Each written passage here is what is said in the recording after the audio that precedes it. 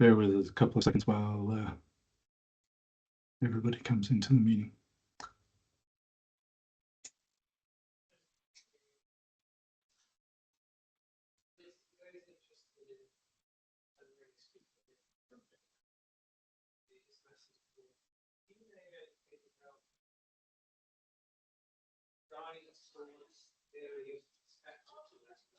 Okay, we'll slowly start, just warming up. Welcome everybody. My name's Atif Chowdhury. I hope I've had the pleasure of meeting some of you in the past. But if you would be, just as a nice warm up for everybody, is just put something in the chat, just introducing yourselves and where you're from. And we would like to stay in touch with everybody that's joining this session today, and there'll be an opportunity to do that, including getting a copy of this recording. But please do engage in what I think is a really important conversation at the crossroads we're at the moment with people, technology, and their needs. So we're just going to start with that. But if you could start engaging with the chat, that would be great. As I said, my name is Atif Chowdhury from Calling All Minds. And I'll put a link to my link. There'll be a link to my LinkedIn page as well, actually, that will make sure that's available for you. Every year. And those of you in the background, please do mute as well, just so it doesn't affect the rest of us. Okay, so we have about 22 people so far, and others coming in. Thanks, Tabby from Scotland. That's great. Gemma, hi. Hi, Julia.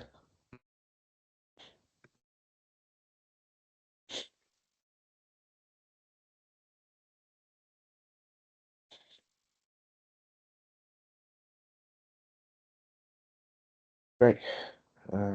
It's good to see people coming in. The YMCA, that's great. That's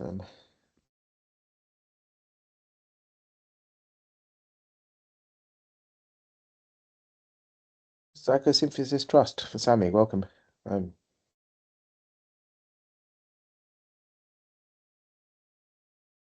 Okay, so and then we're going to be joined. Hi Dee from Skylarks as well. It's great work that Skylarks do. I would recommend everyone having a check out. It's really important work, particularly for young people in real support needs. David, shall we gently begin? I'm not sure what's going on there. That's better. Right. Feels like a good time just to give us this slide here, which is to just say really just housekeeping rules, really.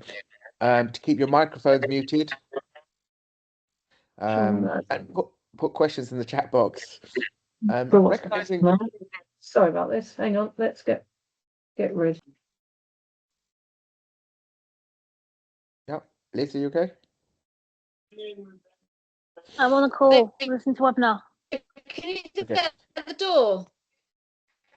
If I could ask everyone, please do mute just for the accessibility needs of everyone. I'd really appreciate that. So we're going to put questions in the chat box, or Daddy, I'm listening to webinar. Well, we're all learning here, so there really isn't a bad question. And this is, as much as we can make it a safe and open space for inclusive learning. It's a space for everybody, really. So, and it's recognizing something that really is dear to my heart and to David's, who we're going to introduce, that we are all at a crossroads on this idea of technologies and whether they can support humans. I like to think about this, about ensuring that we build human-centered technologies to address human-centered needs. And we'll talk more about that and how we stay human throughout this process, and whether AI helps us do that or not, I guess, is the discussion we're about to have. So over to you, David. Hi, and thanks for inviting me to this presentation. My name's David Kidd. Some of you might have met me before. I used to work for a company that provides mind mapping software that's used in the DSA and access to work. I'm now a coach, a leadership coach, and a neurodiversity coach. Those kind of intersect sometimes. But my background over the last 25 years has been very much around the use of technology in education, and also in the neurodiversity space. My coaching is very much around helping people show up to work to be their best selves. I won't go on about it. I am doing research into the use of AI for psychological safety for neurodiverse leaders as well. So it's an area I'm very interested in. Thanks, Atif. Great. And this is a section you can read this as you wish later. But just to say, look, it's an excitement for me. I am an advisor to the World Health Organization for Rapid Assistive Technologies. I am one of the founders of an organization that's done a lot of work around the world on accessibility and technologies, a company called Diversity and Ability. And the work that I do now is around an organization called Calling All Minds. And we're very much committed and interested in looking at how AI plays a role in democratizing participation. It's a real excitement for me. Yes, I've got strong ethical demands of myself and how we place this conversation, which we're doing today. But I'm very interested in whether AI can support more accessibility in support to access or speed of access, and how technologies do change how people get to feel part of the civil society they're in rather than being locked out of it. And these are deep questions, but they need balance. And I really hope that this is what we do today. So this is I will welcome you all to look at Calling All Minds website. There is immediately some assistive technologies that you'll see where the website will be able to read to you. You'll be able to change the languages of things, and you'll even be able to simplify the website itself. We deliver one-to-one support, coaching, mentorship, needs assessments, and assistive technology training itself. A lot of the work is around training and webinars, as you can see, and a big part of what we do is build inclusion passports in the workplace, and that is designed to make sure that we can have a conversation about accessibility and needs and accessibility and needs for everybody, rather than just neurodiverse folks or disabled folks. I myself am proud to be on the board for Disability Rights UK. I am impacted in my life from ADHD and dyslexia. Had a huge impact on my childhood and at times in the workplace, but it also speaks to the spirit of the work and why I do this work and why I get to work with folks like David, who bring so much expertise and leadership into the coaching work that we do for people every day. So without further ado, I'm going to just start rolling with the questions. We're going to switch off the slides for a moment, but I'm going to remind everyone that there will be a QR code for you all at the end of this session, at the end of the questions, and you can link to that, and I would welcome you all to do that. That will allow you to be able to interact with us later on, access the recordings that we've got here today, as well as access more of the resources that Calling All Minds provides for people. And I'm keen, of course, to stay in touch with everybody that's joining us today, and feedback what you thought of it. And I hope this is a courageous conversation and not one that's based just on technology, but rather why that technology. So my first question before I switch on, and what we're going to do is put the questions in the chat as well, so you can see them. But for access needs, I really would like to move away from the slide so you get a better sense of how David and I sort of communicate this conversation. So my first question is this. David, when we think about bringing AI into neurodiversity coaching, what do you feel might be lost in that shift?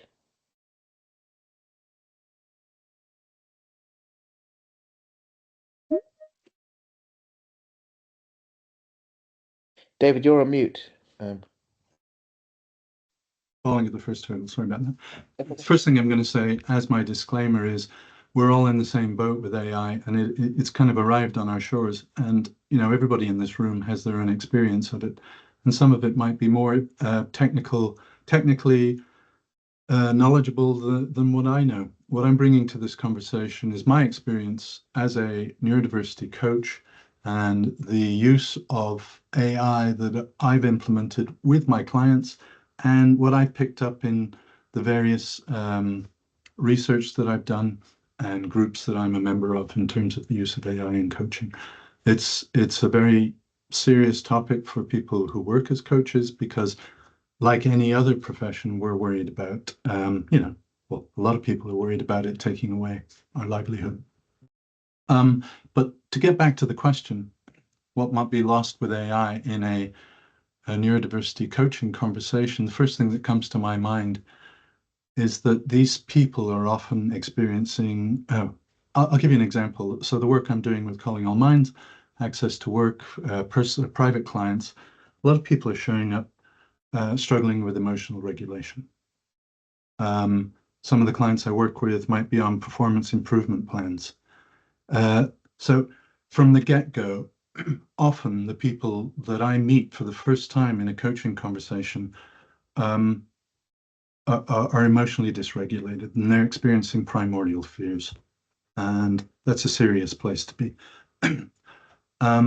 I feel very strongly in these first few sessions in the coaching conversation that it's a human contact. There seems to be a strong desire to want to be seen by another person. And I think personally AI might be able to address that, but in the situation that these people are in, I don't think that's something that we can trust in the first instance. And I'm happy to say that AI can't be relied on to establish co-regulation and emotional attunement. I also bring lived experience. I'm neurodiverse myself. I've gone through burnout. I've had struggles in the workplace because of my neurodiversity. I am what I call uniquely human, and I bring that to the conversation. And it seems to have great value in the conversation I have with my clients. That's kind of where I'm at with that question so far. I'm sure everybody here could add a lot more to that response, but there you go, Atif. That's great. So, David, I suppose just a couple of things to pick up from what you've just said is, I think the audience will probably want to hear more, but when you talk about primordial, that responses, I think that would be interesting to say, because we are, I guess a proposition I have is that we have long waiting lists for neurodiversity coaching. Often workplaces are and challenges into the access to work programs, those waiting lists are quite big. And I guess I'm asking the audience to ponder on this as well. That if you could see a human versus an AI, I would imagine the choice would be easy. You'd prefer to see a human. But I would be really interested in people that disagree with that. Then my next question would be, but if you knew that the waiting list for the human was months and months away, then what would you be prepared to do? Would you be keen to see an AI neurodiversity coach? What would you want from it? What do you feel is possible that it could do? And fundamentally, what are you really anxious about that says, no, I don't believe it will do those things? There's a lot to think about, but I'd love to see people interact with that in terms of questions or chats. And I'm going to ask David as well back, is that, David, you mentioned about primordial, and I wondered in the context of AI or not AI, why you feel that's a challenge, in what way?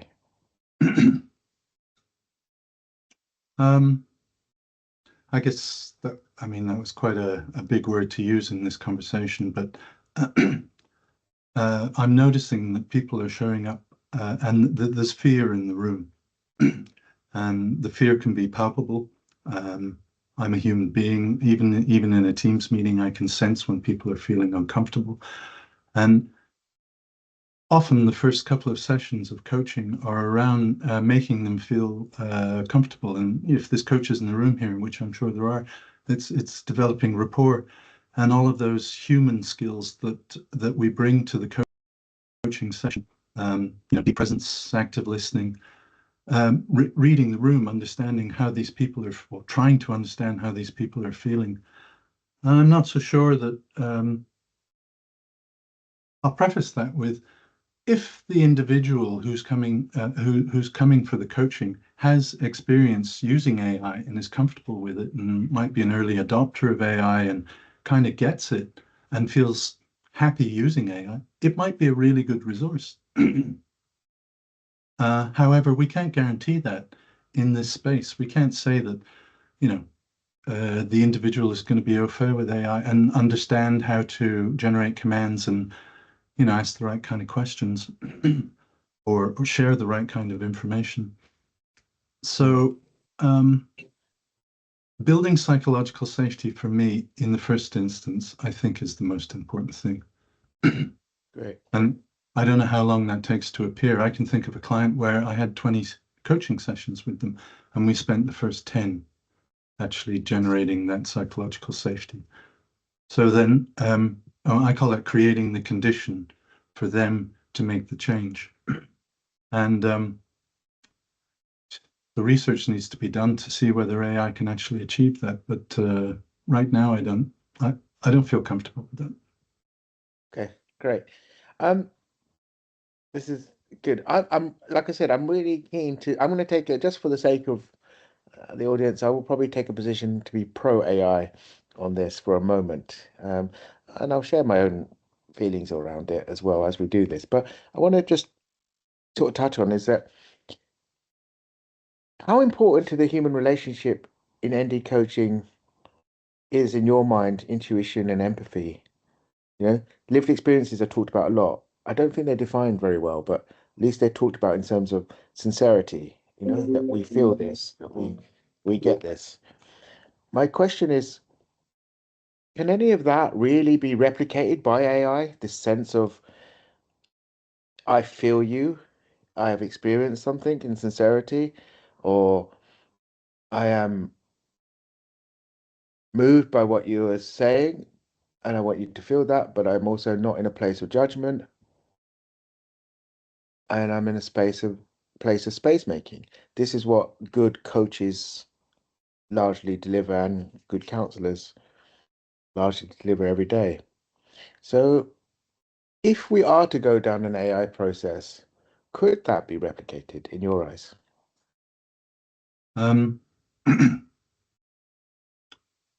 Yeah, I'm optimistic as well, and I believe in AI as a resource for coaching very much so. I'm not against it in any way, and I use it every day.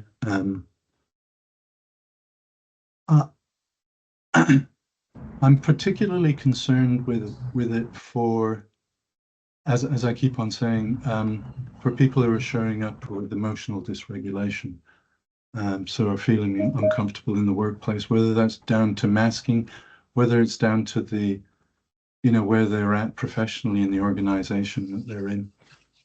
And this also opens up a big question. What are we talking about when we're talking about AI? Because it's a big word. And we haven't even discussed, is this Chat GPT and having a journaling with Chat GPT, or is this something that is a bespoke tool that's been generated by the company, for example, so internally, to ask specific questions, and it's accessing a specific database or resources that they've approved of to generate the answers.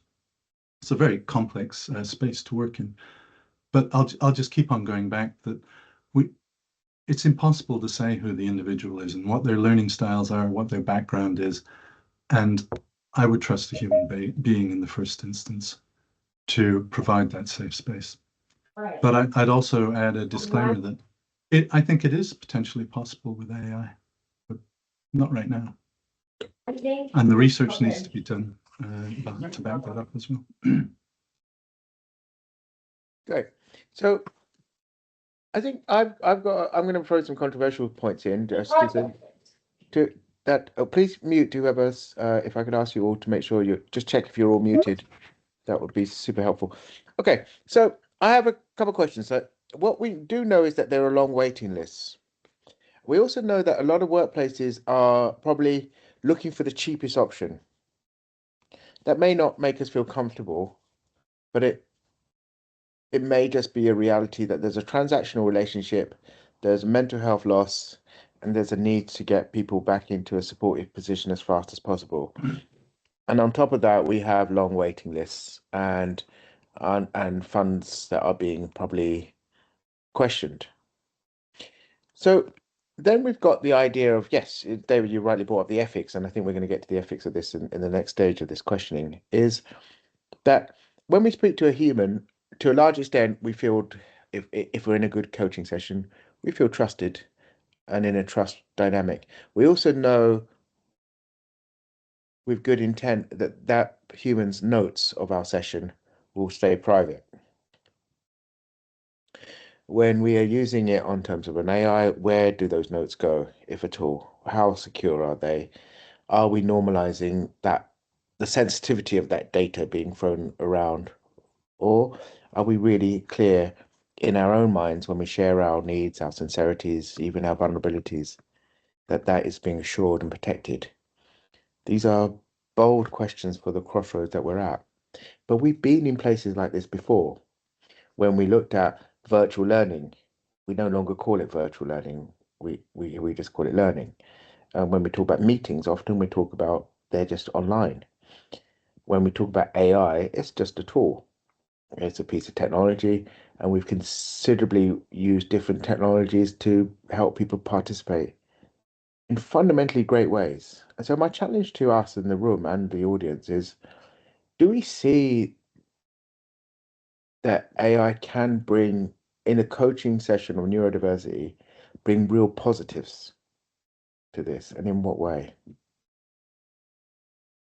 And it's okay to say no, it's...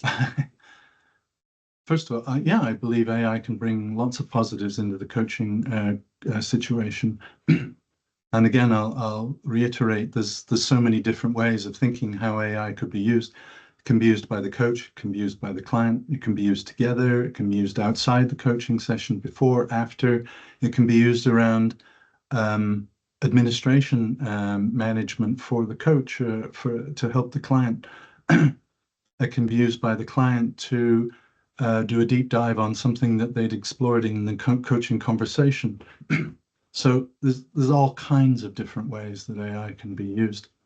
You did bring up in what you said, safety, and I have anecdotal information around that from my own experience. So when I went through burnout, I was terrified of anything being recorded or any form of me entering data into anything, because effectively I'd been hacked professionally.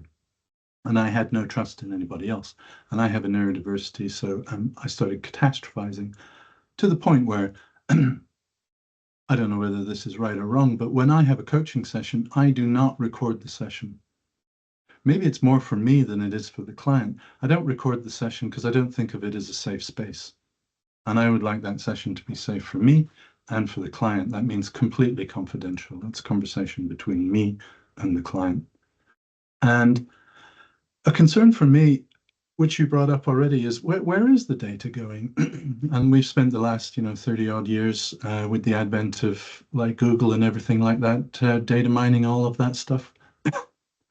Are we actually going to believe in the long term that data that's put into AI is going to remain in a safe place? And I don't know the answer to that, but these are people who are experiencing emotional regulation issues, showing up and going, I'm going to trust where I'm sending my data. And they've never met this interface before. They can make a judgment call on a coach. In the first instance, the coach might be a member of a coaching community. They have training. There's professional. They're expected to be professionals, just like a doctor might be. Just bringing that up. No, I don't know if that answers your question. It does. I think it's a really difficult question to fully answer, because we all move at the speed of trust, and I'll often ask a room what that speed is, and it's an impossible question to answer, because it's so individual. We move at a speed that says, I see not what David has said, but how he said it. It's not what David did, but it's how he made me feel. And it's not what words were exchanged, but it was the pause and the space for those words. And these are deeply ingrained in spaces where we have what we call non-verbal communication cues. And those non-verbal communication cues are innate to good coaching practices. They're innate to good loving friendships. And so I often think, would we see, say, the Samaritans using AI, or organizations working on mental health 24 hours, being available around the clock, in a time when cuts are being made to third sector, in a time when more and more mental health needs are exacerbating?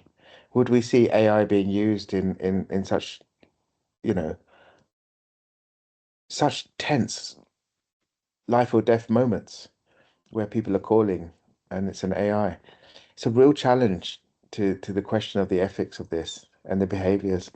And it's also a challenge to what feels trustworthy, to us as individuals, to make space for that. I'll try to ask as well, and if just to remind Georgie, who's joining us from the background as well, to put the questions in the back for us. But I guess you've already touched on it, that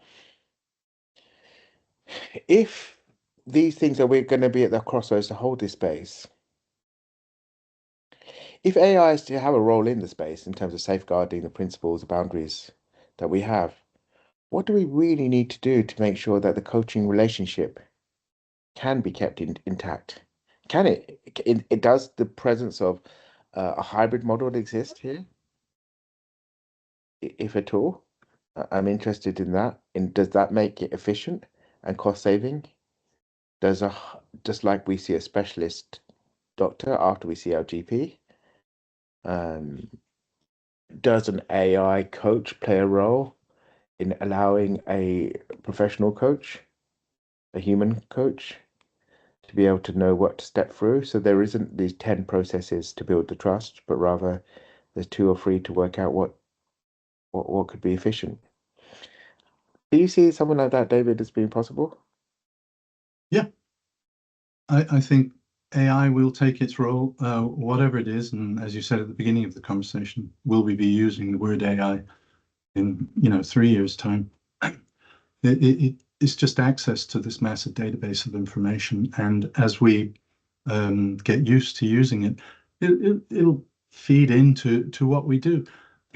And I'm sure other coaches in this room know very well that you can have a coaching session with a client who's up to speed with using AI and might use it every day in the workplace, and they kind of have a breakthrough in a coaching session, and they'll go away and use whatever they're using, ChatGPT, Gemini, whatever, and start having a conversation with their assistant to find strategies and do what I call the cognitive work around helping them implement their breakthrough in the coaching session. But I'm suggesting that the coaching session is probably that conversation between human beings, a better place to have the breakthroughs in the first instance. Yeah. I don't know whether I moved away from your question then. No, I think this is it's fine. What I'm going to do as well is just use this space for a moment. Is we have another half an hour, and what I'd love to do is pick up some of the questions that will be on the chat and use this space. I'll try my best to explore everybody's questions or comments as you go through. And what I will do as well is just get the questions that we put on that I'm asking David onto the chat function, so you can see that as well. I am amazed at the speed personally, and I'm also intimidated by the speed in which AI has developed, do you know? And the speed of that is quite overwhelming. And I'm someone who works in technology and accessibility. I'm somebody who's a deep believer in the role of assistive technology in changing people's lives. But I still keep coming back to that same thing, that we need human-centered tools to support human-centered experiences. And the only way we could really do that is to not be so intimidated that we no longer see ourselves having a role in it, but rather insisting that we are the architects of it, insisting that our nuanced experiences is what drives it to be better. Because without that, what we are lost to is system programs that are based on programmers themselves or a small group of people who who may be the product designers or builders, but they are not necessarily the lived experiences or the communities that these tools can do so much good with. So that poses a question, but it also poses a question that if I could see a neurodiversity coach in a moment of anxiety, and I had plenty of those in the past, then would I not want to do that quickly rather than deny myself that space because it's not a human? And would I then put myself onto waiting lists knowing that perhaps that anxiety has passed, but there's big work to do? But it's really knowing that I would want a quick support, just as say someone's recovering from addiction, they have somebody who's a sponsor that they can reach quickly. If I was looking at this, would I want a tool that could just allow me to think through my thoughts, rationalize them, particularly when I'm catastrophizing, and know that it is designed to do good with me? Would I want to use that tool? I am really fascinated by this question, as I'm sure the audience is and all of you who joined us today. David, do you think it's inevitable, I guess my question is, that AI is coming into neurodiversity coaching? Yeah. Whether yes, it's being used by practicing coaches, but it's also being used by individuals themselves to access coaching where they might not have it, through where they're trying. They might be able not be able to afford it, and there's always this term democratization of coaching, making it available to everybody. There was an article in the Guardian yesterday saying that a third of young people are using one form of AI to have a conversation about how they're feeling. So for emotional support, it's a third, and that's those people that are declaring. So yeah, it's there to stay, and I think I think the role of the coach obviously is going to change. I'm going to have my conscious and unconscious biases around the role of the coach because I am a coach and I have lived experiences of working with people where emotional regulation has been established with me. And I kind of go, well, what happens if they didn't have that? Mm. And I'll also say, if there is no rapport between me and a client, they're not going to achieve any form of emotional regulation. So I've had clients who have just gone, look, this isn't working for me. And I've said the same thing because I'm feeling with them that they don't feel comfortable with me. So, and they might feel comfortable with AI. The journaling I do with AI, and I started this, between 3 and 4 years ago when I first got ChatGPT or whatever version it was, what they were calling it then. And I started journaling with it, and it's helped me a lot in terms of my RSD. So I've always struggled with not being able to, being too sensitive, which is based on my neurodiversity. And I believe very strongly that AI has helped me with that. So it has great value for neurodiverse people, but applied in a way that works for the individual. And I still think it needs that human interface to establish that. And people who know what they're talking about can help the conversation with the individual so that they get the most out of the AI. Mm. And I'm conscious it's let's put a time mark on this moment. That it's 2025.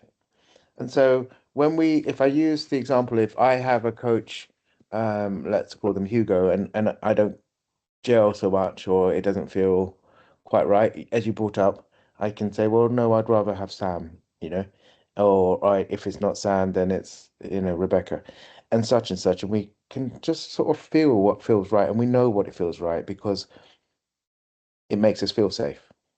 Yeah, and I think this is really important.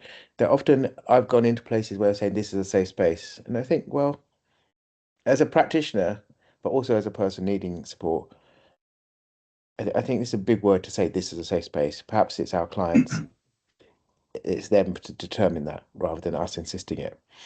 So this same applies to the AI, but the AI doesn't have Hugo or Sam or Rebecca. The AI is this right now, this one tool. And I'm really interested in, like I said, of those who are starting to use it now. But it's this one tool. It doesn't per se have these personalities. So it's almost like this giant word of saying, I go to a coach and I have lots of coaches to choose from, but I've chosen this one because it feels right. Or I was never given a choice. They just said this is the person they're prepared to pay for, and that's what happened. Or they told me to go online and it would be an AI. And I, regardless of their personality interaction, it would just was that. So this is a provocation for the audience to think about, is that, do you see yourself perhaps in 2 or 3 years using a tool, be it an AI coaching tool for neurodiversity, but it really does have different personalities to choose from? Already today, I can ask ChatGPT to treat me as a critical friend. I can ask it to be a ruthless critic, or I can ask it to encourage me to keep going. And its responses will do that. If we are asking the same things of an AI coach, I'm sure we will be able to very soon, is that AI coach naturally really challenging us? Or are we staying in control? And is our need to stay in control actually even helpful? What's your thoughts on that, David?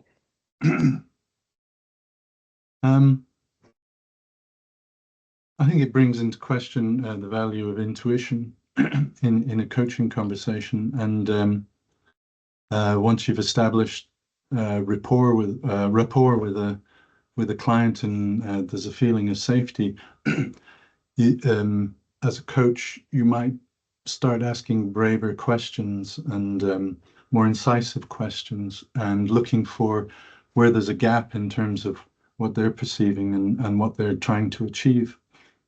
And you're kind of asking, can that be replicated? And Yep. Go ahead. Sorry. Yeah, no, Karen. Personally, I believe if you use AI, and we're talking about a specific usage of AI, so having a conversation with it, I've managed to do that because I train my assistant to respond using the spirit of, for example, Nancy Klein, incisive questions, which is a coaching approach. And I get it to think through the lens of what Nancy Klein talks about and ask me incisive questions about where I'm at. But that expects a degree of understanding of how to use AI assistance in this case, that a lot of people either will have, won't have, or there'll be a scale of how they feel comfortable with that. Does that make any sense? Yeah, no, it does. But I guess it's insisting that the, and I guess really I'm going to try and touch on, and I'm trying to do it justice, is that sometimes good counselling doesn't tell me anything new.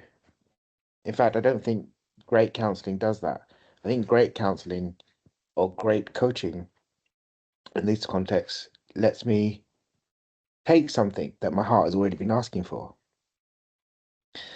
And it could well be the constant sort of imposter syndrome that stops me from doing certain things, or it could be a self-esteem loss.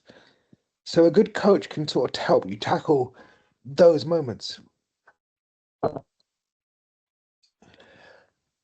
Sorry, excuse me. I suspect an AI agent will do the same in time. I suspect the biggest shift we have here is an attitudinal one. But we still have to get this right. And I think psychologically, just as we learn to trust the internet, learn to trust virtual learning, learn to trust even AI NHS robots, we're going to learn to trust this one.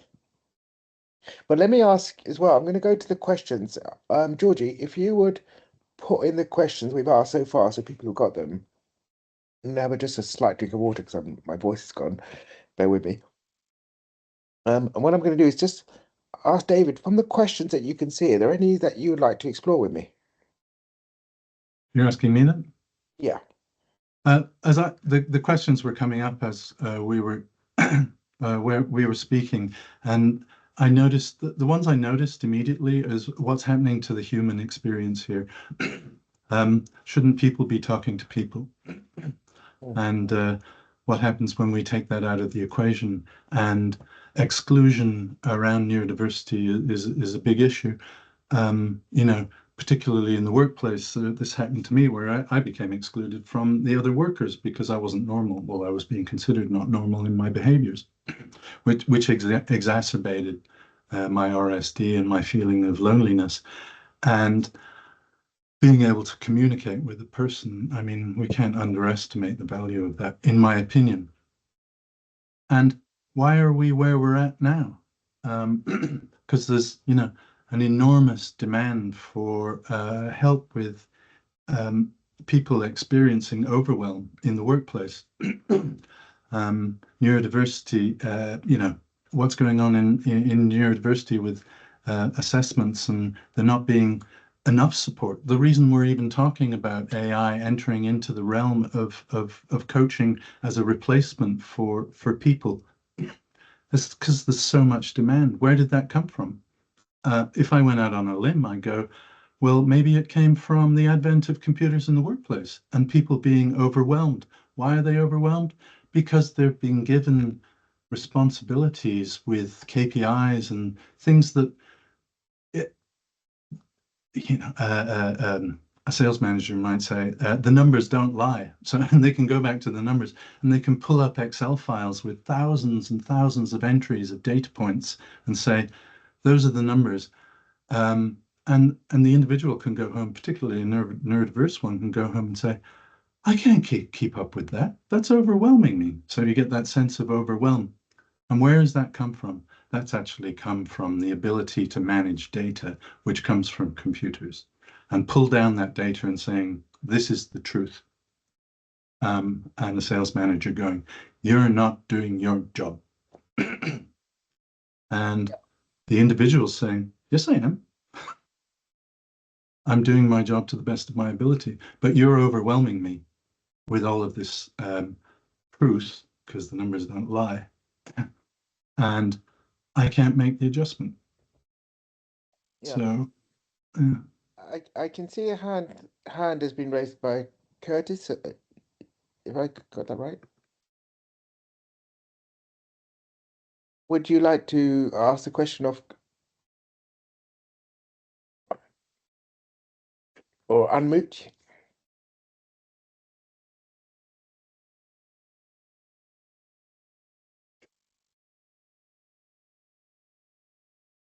Maybe it's not a deliberate hand raise. Yeah. Can you hear me now? Yes. Yes, perfect. Yeah, I'm a writer and a self-made coach. So I'm not registered yet. And you know, from all these conversations, I work with NHS as well.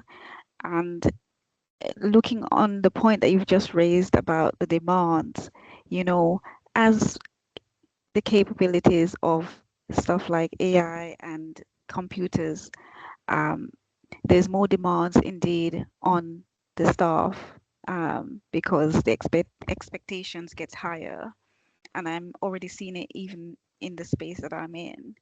I get better, and rather than me having less to do, then more is being pushed on me.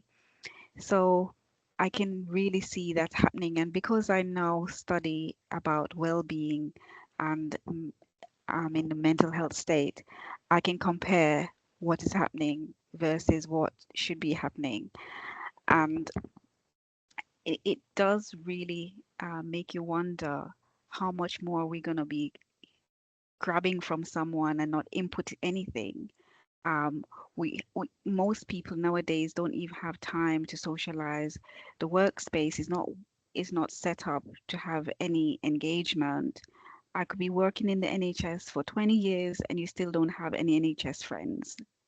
You know, you stay in the office and barely get to even have lunch with all these AIs and computer support and new systems, laptops. We're still not getting the time to actually spend time with each other, and you're told, oh, we've got to do this much, that much. So are we really helping? That is the question.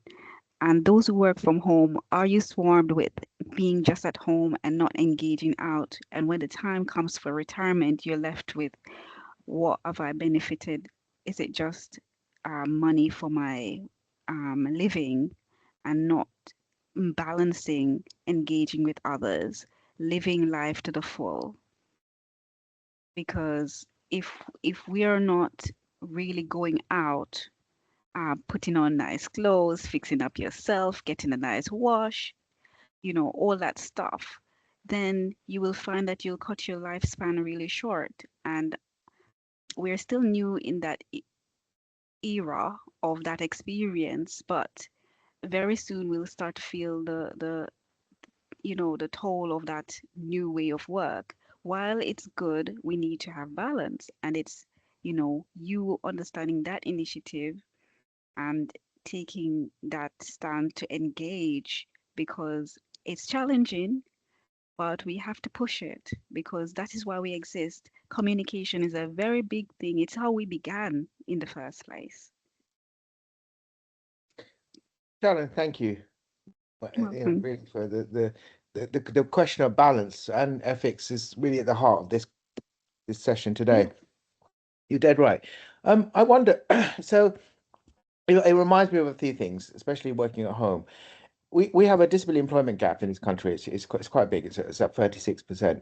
So in the campaigns to employ more disabled people, I mean physically disabled people, there was a real challenge from 2012 onwards, to say we need to, and if not certainly before that, but a real active challenge 2012.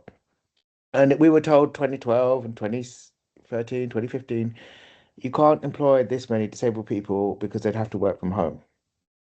And that can't happen. And it doesn't work. We wouldn't know what they did and such and such. And then we come across what became the pandemic, and turns out we could have always have worked from home. But you're dead right. It's a work-life balance question. I remember, I'm showing my age, but it's okay. I remember when Blackberries came out, and there was this great device that you could let you deal with your workplace internet emails on your phone. This was before the iPhone, right? People could deal with emails on their phone. That meant they don't have to be in the office all day. Isn't that great? We've got more choices. We don't have to be in the office. We can do emails on our own time. Has that really brought us anywhere into a healthy balance of workplace? I think no, that would be true. We are always at work now, whether we're in our home, working with our jobs, or trying to support our children. Mentally, at some point, we are just always at work. And when we are at work, at least we travel, we lift, we move our legs, we go to discussions. So many of us are now back to back in meetings that we're not necessarily progressing this question. But likewise, as someone really affected by dyslexia in my case, and I didn't learn to read till I was sort of 14 in any proficient way. I am always intimidated by forms and how to navigate them, or still today. And yeah, I run an organization, and I use GDP and others to talk to it. And I talk to them all the time. I'm more than type. And I'm always pleased at how much justice it does to what I want to say. And that then builds daily confidence each day. But it's really about choices. And I guess the challenge I've got, and I'm going to bring really some of the questions to the audience, but I've scanned all the questions, is that why neurodiversity? Well, because it's a conversation in the workplace that's getting bigger and bigger every day. And that means the queues for it are getting bigger and bigger every day. It means the demand for it is bigger every day. Is it effective in neurodiversity coaching? Well, that really does depend on what we ask the coach, the AI coach, to understand. And it isn't to understand that people with dyslexia are good at this and not that, I don't think, or ADHD means this and not that. I think it's about a coach that can understand why a person is facing maybe catastrophizing or anxiety or rejection dysphoria, why time management is challenging for them, what tools could be made available or approaches to do that, and what may be a long-term or short-term curriculum to say we will work together on these tools to help support these needs. I do believe an AI coach could do that. I really like sharing, many of you in the audience do not feel comfortable with that. But the question, I think, is really speaking to the heart of Shannon, what you've said as well, is it's not going to help us in some ways, but it is probably the only thing that's going to be paid for in the near future. I hope I'm wrong on that. And I really want to be. But I am wondering, will the workplace keep, and what good workplaces will be in when they keep the human coach available or accessible? But I'm asking, if they don't, does this work? And if it doesn't, what are we going to make sure it does? You know? So I'm sort of coming toward, towards that challenge. And I would love to hear from folks who are using it saying, and I've got this really lovely one that if I may just read out, I won't read the name, but it was one that was talking about that they're not finding it a hindrance, that they're already using an AI coach and not finding it a hindrance. I would like to invite anyone to come off camera or come on camera or just question just for a moment. So is there anybody else out there using an AI coach right now that is finding it helpful?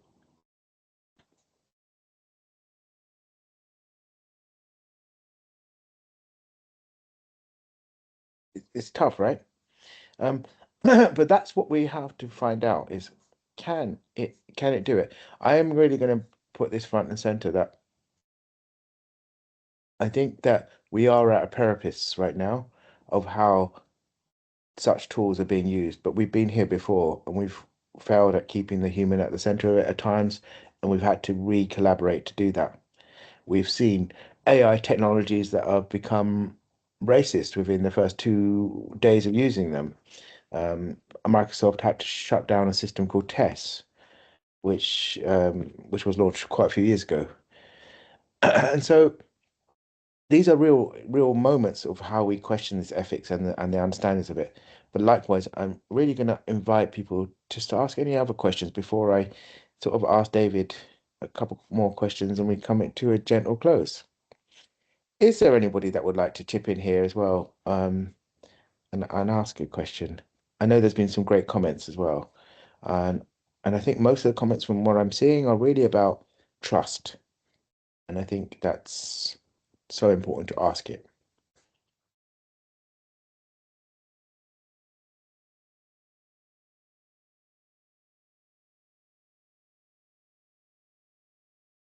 So if there's no more questions, so Shannon, Hannah has a hand up. Yeah. And Shannon.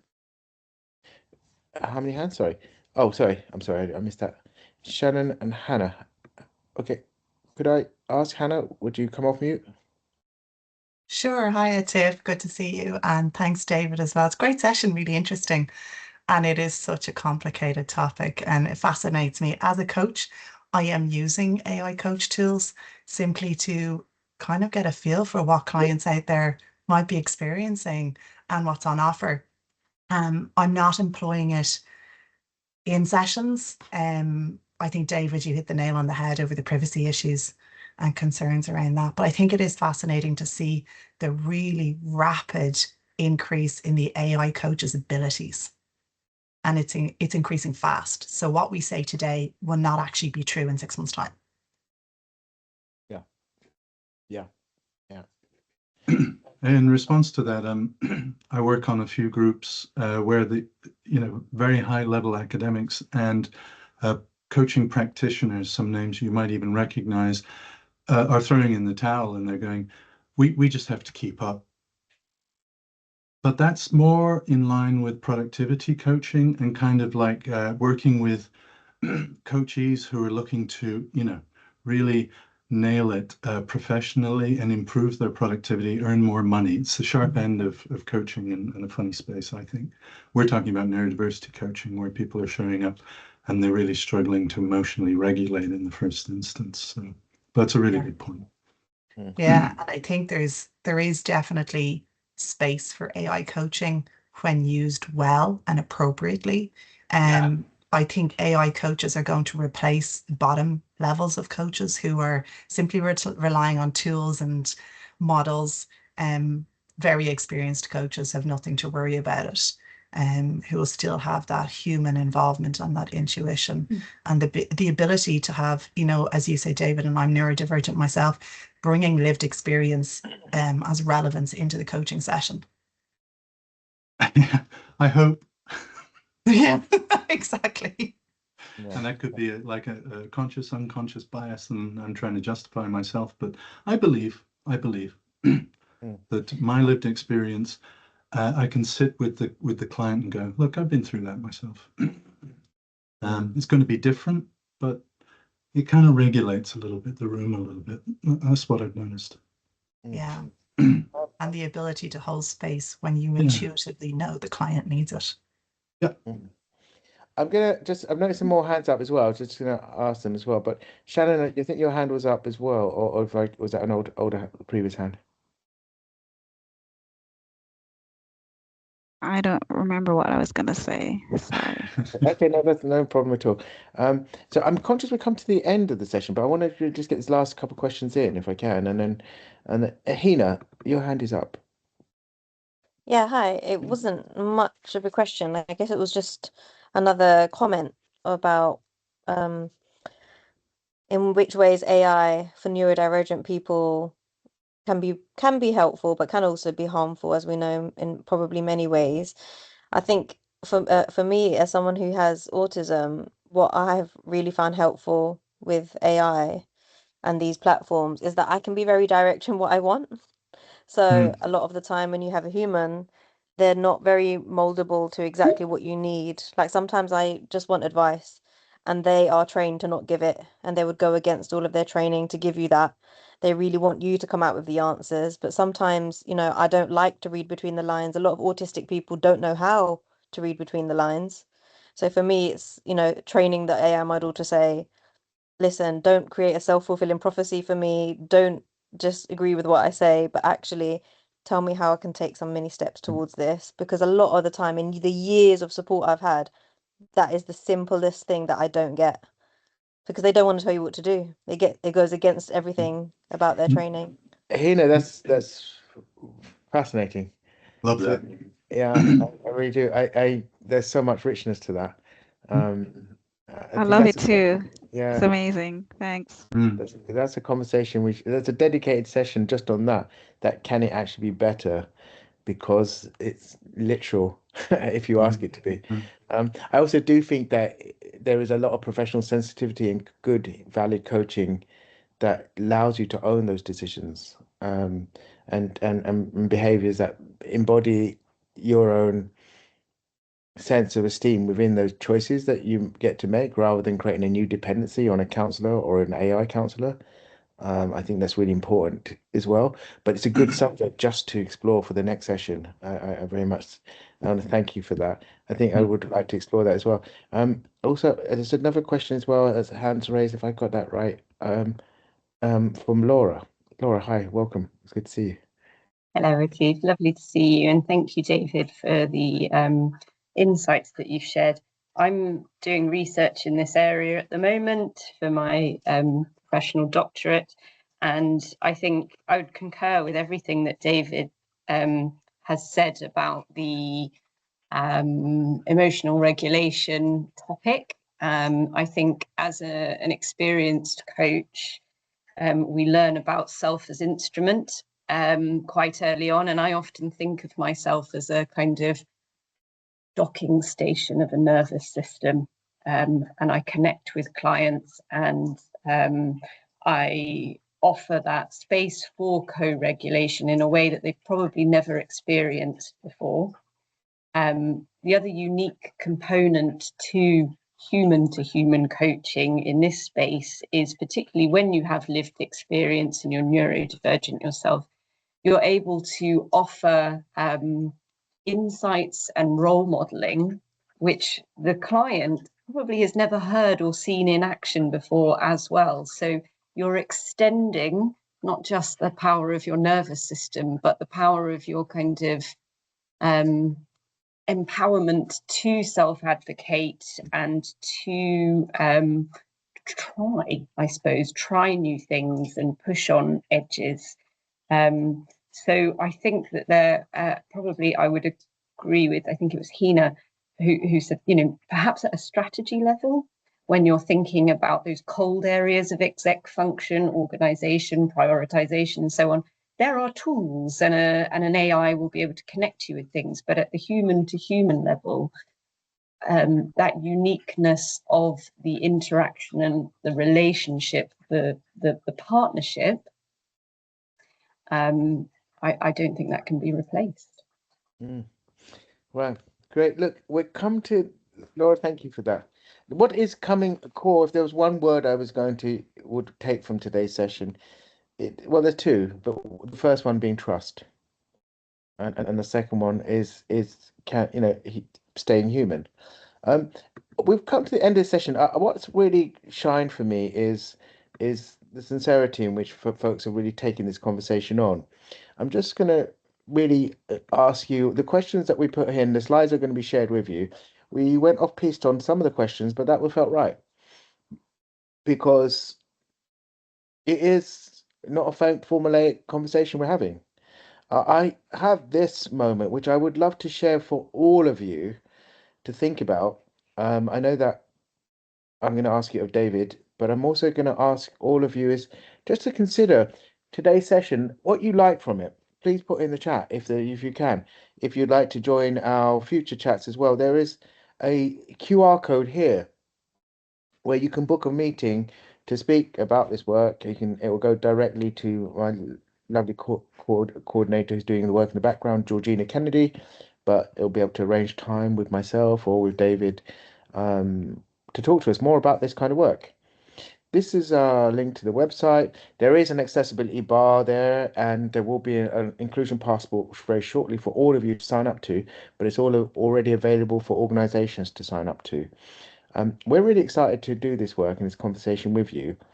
And I suppose, as I ask you all, invite you all to put things in the chat just in the last few moments of what you like from today's session, and consider what keeps you hopeful. What keeps me hopeful is the courage of this conversation. The fact that we can stop long enough to say we are intimidated by some of the speeds of these things. We're intimidated perhaps by in my case, the Eurocentrism, what defines human participation and what control that has. And I'm intimidated, I guess, by technology determining what people are, when it's people that should be determining how useful that technology is. But the fact that we're able to do it right now is what keeps me hopeful. So I'm going to ask David, the last question to you, David, if you would, and to all of you in the audience, please put your comments in as you would. I know we've gone over by 4 minutes, but please do put your comments in, what you've liked about today's session and what keeps you hopeful. David, to you, what keeps you hopeful in this? I'm going to go off the back of what someone who went on microphone and spoke. What I liked was using AI to kind of micromanage yourself. So get that bullet point list, because sometimes as neurodiverse people, we're outside the language of how to communicate in the workplace. And what we need is steps. What we need is micromanagement, although micromanagement's a bad word in the workplace. And we just need, like, what are the 10 things I should be doing right now? Help. And also, we've got to get away AI. The danger of AI for me is, like, are we reducing our contact with people? And contact with people is essential to well-being. It brings to mind, I know I'm going on too long, it brings to mind something that someone said when I was away in the Mediterranean, fortunately on a holiday, and they said, the Mediterranean diet isn't only the food, it's sitting at the table and conversing with other people. And he said, in Italy, We don't age at the table. It's an expression. So you can take out all the time you sit at the table and you don't age during that time. I thought that was amazing. I'll go now. Brilliant. I've loved that. We don't age at the table. Okay, great. Well, look, this is it from us. Please stay in touch. I have put the scanning code there. Please stay in touch with the work. We're going to do more future sessions on this. And I think the contribution of all of you, particularly the conversation that was raised by Shannon and Hina, will stay with me. And I will probably work to put something into a proposition around that can it really work stronger in our favor. And I want to work on that basis of how we establish that trust, if we can at all. Brilliant. Thank you all for joining us. I want to thank Georgina Kennedy in the background for helping, making it all real, and David as ever. And to all of you as guests joining us in this conversation, you've been super. And we will be sending out a recording as well as some other links to some resources to you.